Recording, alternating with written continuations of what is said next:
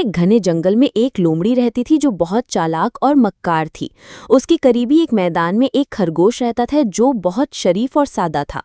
लोमड़ी को भूख लगी तो वो शिकार की तलाश में निकली और इत्तेफाक से खरगोश पर नजर पड़ गई। खरगोश एक झाड़ी के पास बैठा कुछ सोच रहा था कि लोमड़ी की उस पर नजर पड़ी। लोमड़ी खरगोश के पास गई और उसे कहा, तुम यहाँ क्या कर रहे हो?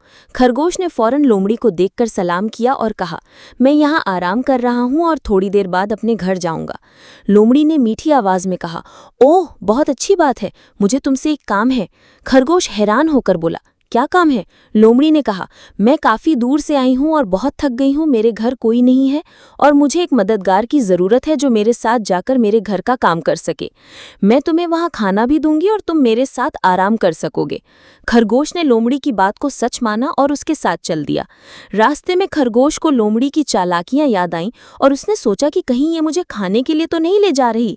खरगोश ने कुछ सोचा और फिर लोमड़ी से पूछा, उफ, मैं रास्ता भूल गया हूँ, तुम्हारा घर किस तरफ है? लोमड़ी ने हाथ से इशारा किया और कहा, आगे है, जल्दी चलो, मुझे बहुत भूख लगी है। खरगोश ने कहा, तुम मुझे खाने के लिए ले जा रही हो? लोमड़ी ने कहा, नहीं नहीं, बिल्कुल भी नहीं, मैं तुम्हें खाने के लिए नहीं ले जा रही। खरगोश थोड़ा घबराया लेकिन उसने हिम्मत की और एक चाल चली। वो एक छोटी पहाड़ी पर चढ़ गया और लोमड़ी से कहा, अगर तुम मेरी दोस्त हो तो तुम भी मेरे साथ ऊपर आओ।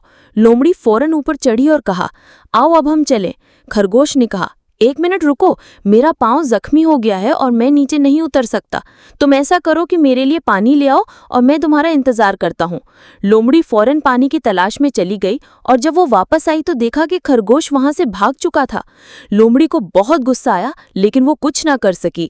वो पानी फेंक कर वापस अपने घर चली गई और खरगोश अपनी चालाकी से लोमड़ी से बचकर अपने